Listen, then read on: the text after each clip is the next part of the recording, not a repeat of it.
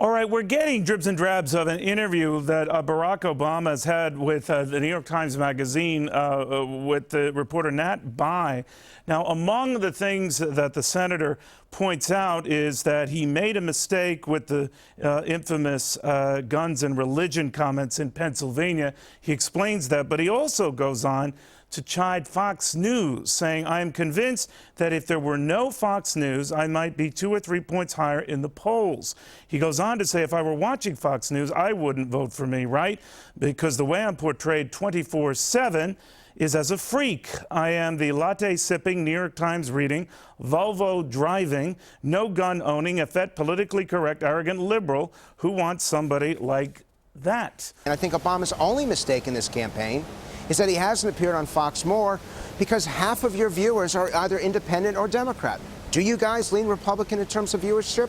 Absolutely. We do this with both sides, but that being said, Barack Obama is, a gifted politician, but when he is challenged, whether substantively or on any other issue, he takes great issue.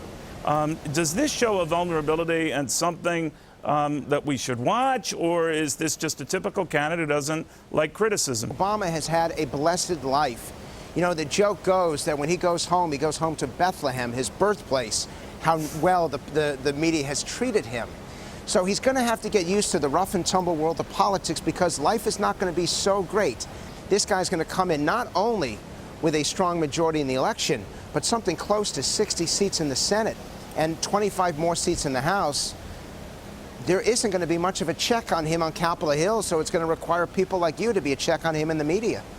Well, I think we're all out for the Obama presidential Christmas party if that were to happen. I am convinced that if there were no Fox News, I might be 2 or 3 points higher in the polls. Barack Obama in a New York Times Magazine interview that will be out this weekend. Reaction now from Karl Rove. Karl, what do you think?